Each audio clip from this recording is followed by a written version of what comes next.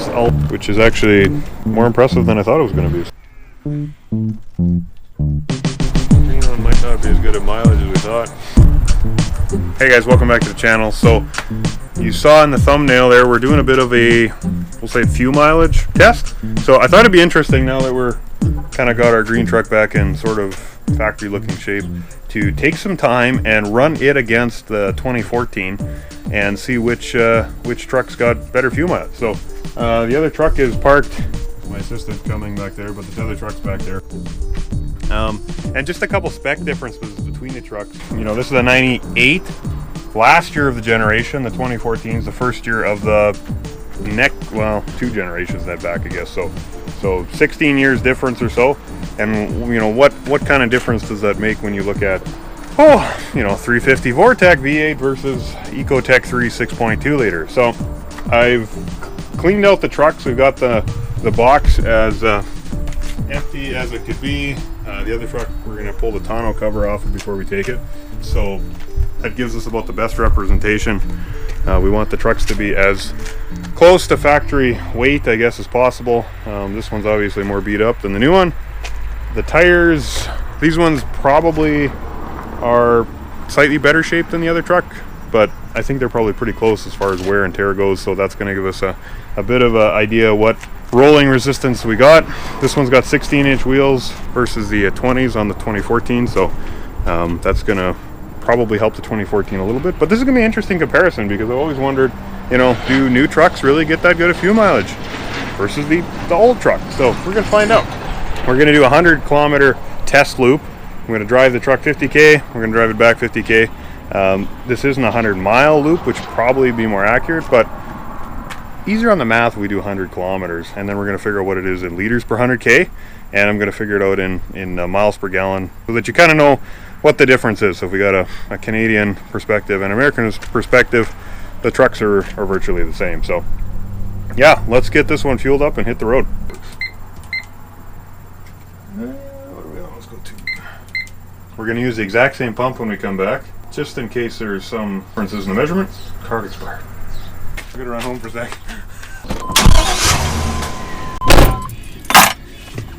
Well, hopefully these cards work. Let us try this again.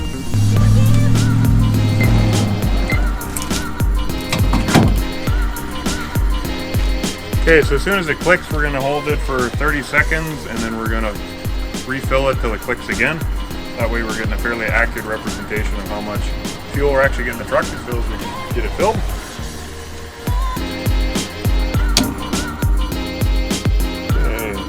Timer's running for 30 seconds. Okay. We have 68.4 liters worth of, and jump in and go for a little drive. See what we get for mileage. Okay, so we're aiming, whoa, it's rough here. We're aiming for a very real life, real world scenario on fuel mileage. So I've got my GPS through speedometer here, which we're going to use to calculate consistent speeds between both trucks. I trust the speedometer in the newer truck a lot more than this one, so we're going to put it right on 100 kilometers an hour, which is our speed limit, and hit cruise, and we're going to try and stay on cruise as much as possible. We're going to try and keep both trucks under 2,500 RPM so that they're not working too hard. And we're going to try and make it as smooth of a trip as possible with minimal stops or slowdowns if we can absolutely help it. So okay, so we're out on the highway. We're just accelerating here. Again, we're using my GPS speedometer, so we're just going to get it right up to 100, and we'll hit cruise control, and then we're just going to coast along here. So in our part of the world, we got a lot of room to do mileage tests, because there's not a whole lot of anything that's going to slow us down out here. So hopefully this is a fairly accurate test. We got minimal wind speed today. It's just about perfect day to be doing this, and it'll be interesting to see what the results are when we get it done.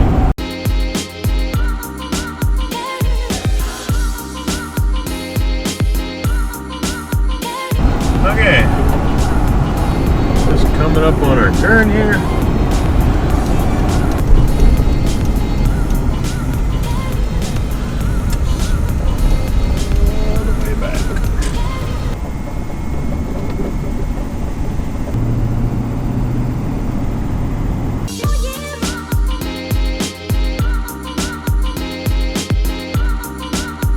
decibel readings about 79, 80 decibels in the old truck, so it'll be interesting to see maybe when we go back with the new one how much all that sound deadening and triple door seals and extra insulation really makes for a difference.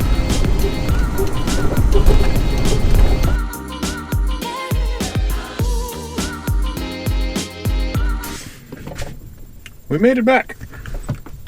Let's go see how much gas we burned. Fill her up.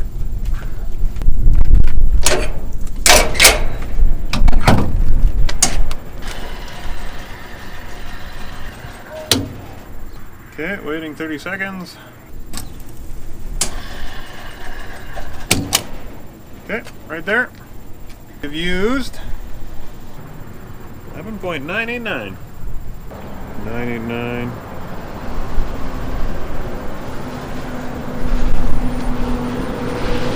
Gives us a... That's not too bad. Old truck, you know. 112 liters per 100K. We'll go with that. But I guess we should switch them, and we'll try the same thing with the black one, see what that comes out to. So we're back with the black one. The one thing we're going to do before we hit the road here is we're going to pull the tonneau cover off the back and throw it in the box of the other one, so we got a pretty good accurate representation that way. So.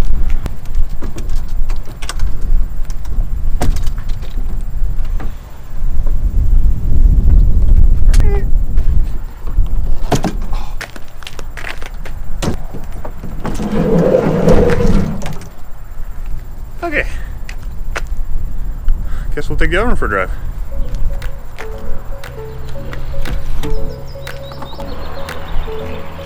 Okay, so we're going to use the same pump. Try and make this as accurate as it possibly can be. I'm going to do the same thing and wait till 30 seconds. So now we wait 30 seconds, let all the fuel settle. 3, 2, 1. Okay, hit the pump. Right there. 68.562. Let's go drive it. Alright, so we're filled up again. The highway one more time here. I'm going to do the exact same loop. I found on the last round we didn't actually go over 2,000 RPM on the tack, so we're going to try and do the same with this truck. I know not everybody drives like super slow. I can honestly say that I think most people burn most of their fuel mileage accelerating and decelerating when you hit the stoplight. So you just see people just punch it and go, and it's just hard on the brakes. And if you want to get the best fuel mileage possible, if you can keep your tachometer between, maximum 2,000, 2,500 RPM, maybe 3,000 on a regular basis, you're going to get the best fuel mileage you possibly can. So we reset the trip meter, and we're going to watch and see whether the truck's fuel mileage calculator can actually get pretty close or not. We don't have that luxury in the old 98 green one. But in this newer one, we're going to see if it proves accurate or not. Never tested that before, so we're going to find out. Okay, so we're trying to use this exact same measurement to get our cruise set here. Be the same on both trucks by using the GPS one on the phone. We're right at 100, so speed limit's 100, we're driving 100, so. It's always interesting to see the difference in technology as things change over time. Going from 4-speed automatics and 6 speeds, and now into 8 and 10 speeds. Even Nissan, I think, got a 9. So to see that transition over technology over so many years, it'll be really kind of a good comparison just to see what the old truck gets for mileage and compare it to what the new one gets. And are we really saving any money, or is this technology really paying for itself in the long run? Find that you get 50% better fuel economy, it's probably paying for itself, but if we're getting 2% better, it starts to question whether we really should be too worried about it, or going in a completely different direction. So I guess we'll find out. I almost question whether that thing's actually doing anything or not, because it's roughly the same decibel reading that the other one has. So probably says 80 decibels when we're outside standing in the calm evening or something. I would say it's noticeably quieter in this truck though. Oh yeah. Definitely. drive for a while now, I think.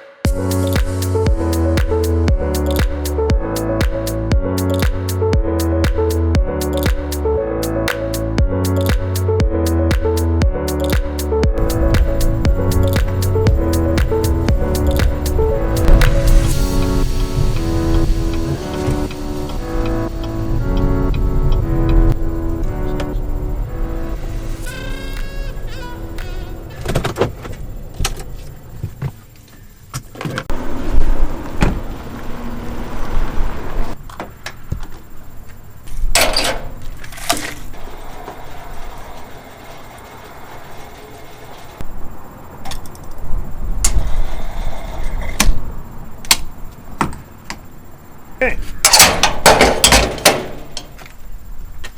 So that time we used less gas. 10.136 this time.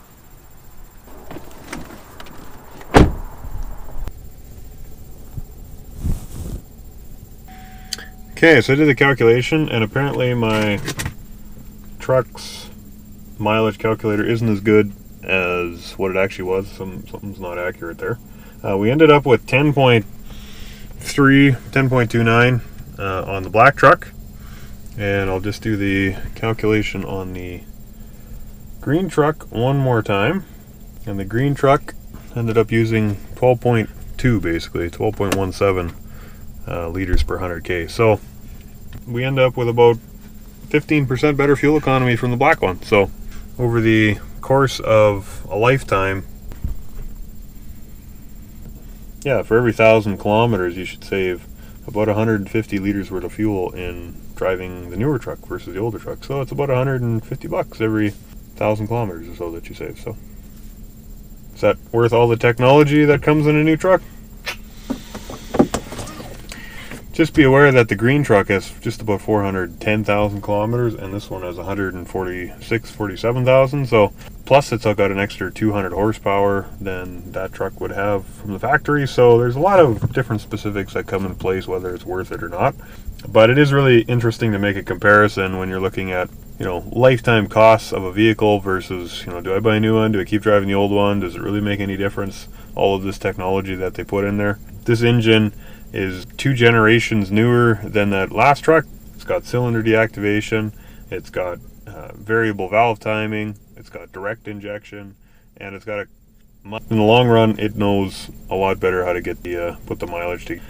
For our comparison today, if we're looking at the difference between an older truck and a newer truck, and you're strictly basing on it whether it gets better mileage, this pretty much proves that it did. So people might say, how on earth did you get 10.2 liters per 100k out of that truck? It's driving slower, it's taking your time. When you're driving down the highway, it's not accelerating in a hurry.